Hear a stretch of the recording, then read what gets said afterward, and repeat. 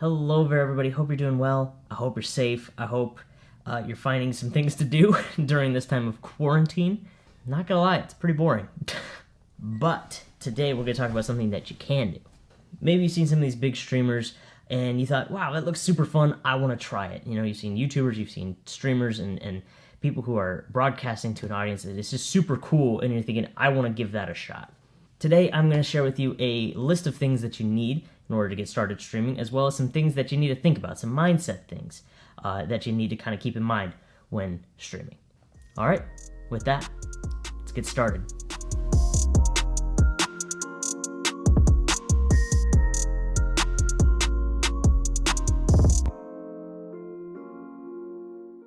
All right, first we're talking about gear. Gear is something that is important, not as important as, some other things we're going to talk about later, but it is a good part of your stream. All right, your PC. Now, your PC does need to have a pretty decent CPU. I'm running with an Intel i7, which is a pretty decent CPU, as well as a GTX 1080, which is a good GPU as well.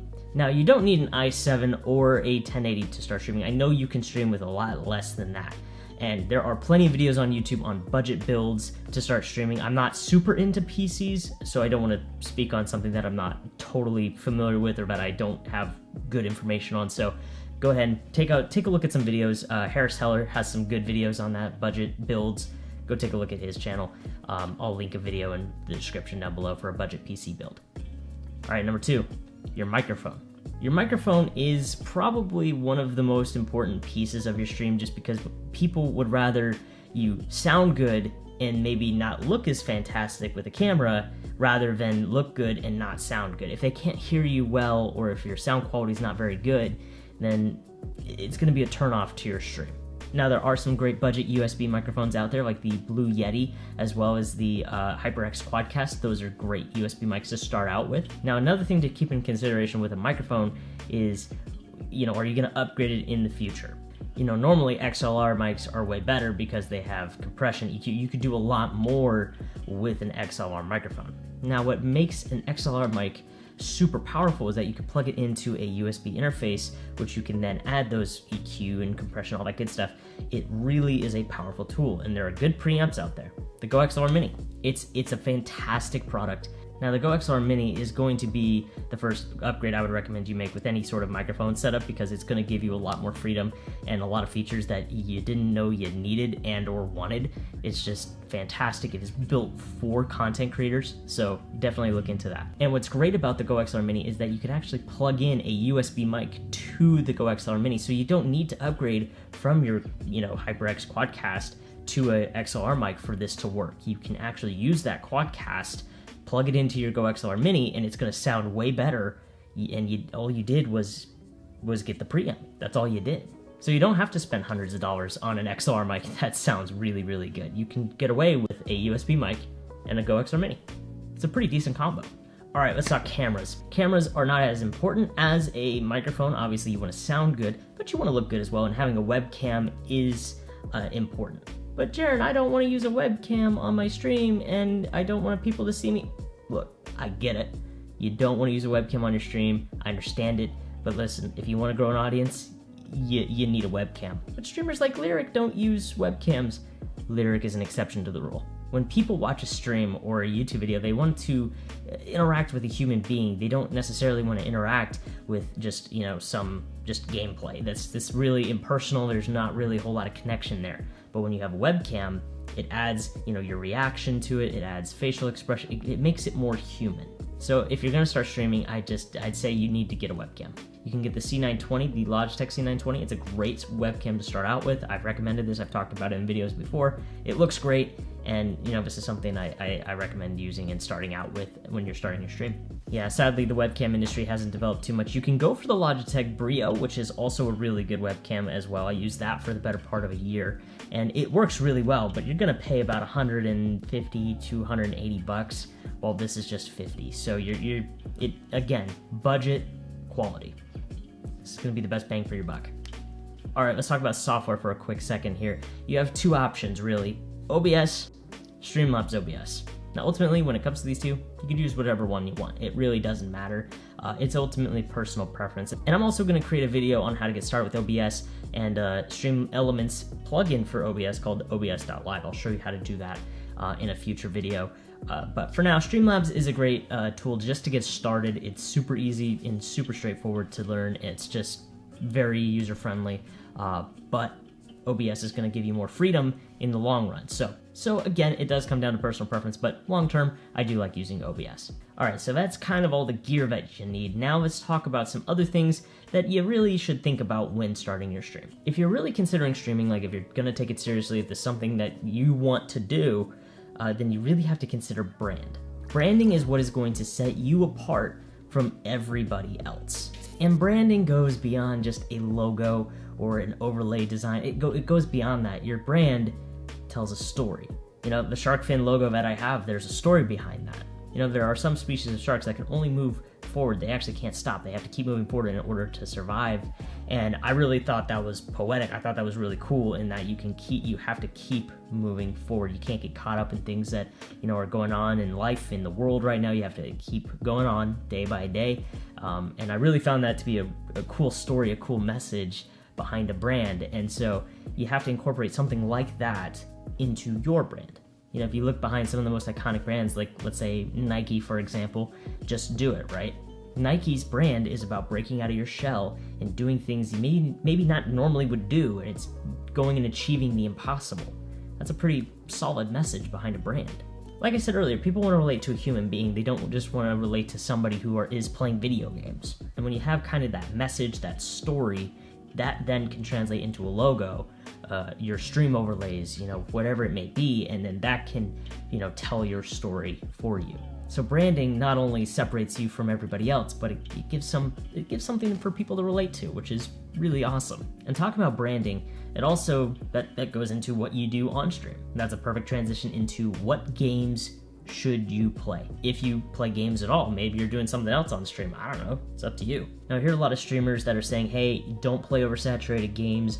Don't play these big games like Call of Duty, Fortnite, you know, all these other, you know, don't play these big games because you're not going to get discovered. And maybe you're like me, you enjoy playing these games. You enjoy playing games like Call of Duty, Overwatch, Fortnite, you know, these top games that are really popular. And yeah, it is hard to get discovered playing these games. I've been streaming these games for a year and a half and have gotten very little to any people who just found me on Twitch. It's very rare. And they are correct in that there is very little discoverability of playing these games, which is true. There's no algorithm on Twitch that you can abuse or manipulate. There's nothing like that. That's why it's more important to create YouTube content, TikTok content, Twitter, Instagram. You know, you got to be all over the place in order to really grow. Now, I can't really speak on the best growth strategy just because I'm still trying to figure that out myself. Still trying to pan my way through and trying to find the best way to grow an audience. But what I do know is that when you are on stream, you have to play things that you enjoy playing. If you're not having fun on stream, your audience is going to be able to tell, and they're going to be able to see that, and they're not going to enjoy it. But if you're having fun and you enjoy it and you're having a blast playing the game that you're playing, then your audience will resonate with that and they'll have fun as well. And that goes for any category on Twitch, not just gaming, but if you're an artist, if you enjoy painting or you enjoy creating art, you can do that on stream. Or if you are into music and you want to create music on stream, that's cool too. The main thing is that people want to watch people who are enjoying what they do. That's very entertaining. That's really the main thing. So if you enjoy playing those big oversaturated games, that's okay. You might have to create content elsewhere, like YouTube or Twitter or Instagram or wherever. You might have to do that, but you're having fun, and that's the point. And really what I see with some of the top streamers is that what they play ties back into their brand. Let's take Nick Merckx, for example. Now, Nick Merckx is a fragger. He's going to get into the heart of the battle. He's going to get into the heart of the fight. He's not just going to stand out on the outside. He's going to get in there. He's going to be involved. That's a big part of his brand, and he's going to play games that support that play style. So Fortnite, for example, he's in build battles. He's taking fights. He's in there. He's trying to, take as many gunfights as possible in that game. Same with Call of Duty. He's doing that too. He's in there. He's getting involved in fights because that's his playstyle. Now, would Nick Merckx play a game like Teamfight Tactics?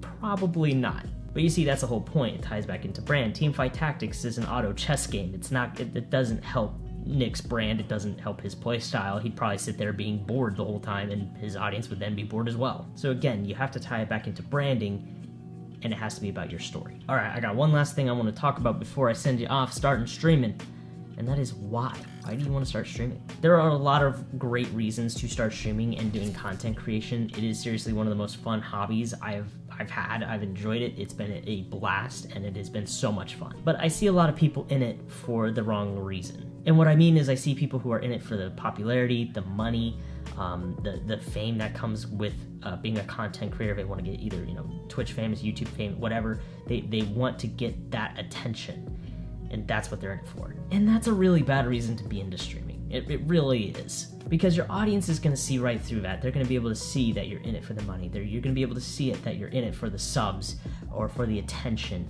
And I see this happening more and more, is that streamers are getting frustrated at their audience because, they got 20 viewers and they're not subscribing to their channel. And the streamers that do get frustrated at their audience for not subscribing or not donating or whatever to their channel, those are the streamers that are in it for the money and the attention. And honestly, that is such a selfish approach, because when you are, getting mad at your audience for not subbing, then, they don't want to share your stream with their friends. They don't want to, be able to talk about your stream with anybody else and say, hey, you should watch this streamer. That doesn't make them want to do that.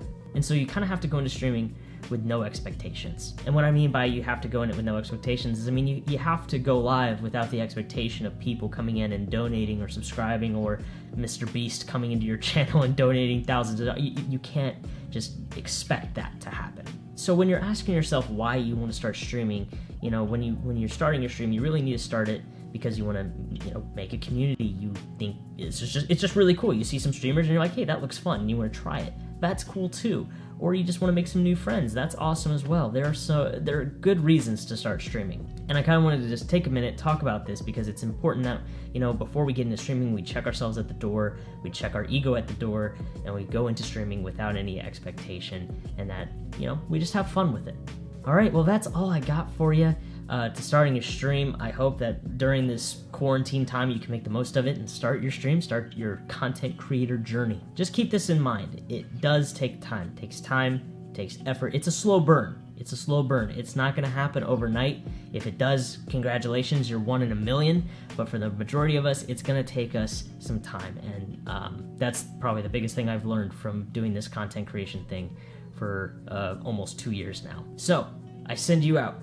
Go create some awesome content. We need it. We're bored. We need content. All right, that's gonna do it for me. Thank you so much for watching. I appreciate you. Hope you enjoyed this video. If you did, please leave a like on this video. And if you want to see more stuff like this, hit that subscribe button as well. And just a friendly reminder, I do stream on Twitch. Schedule is kind of hectic right now, but I will leave a link to the channel down in the description down below. All right, with that, thank you so much for watching. I appreciate you. Hope you enjoyed, and I'll see you next time.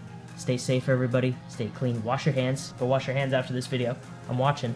Go do it. Go wash your hands. And I'll see you in the next one. Have a good one, everybody.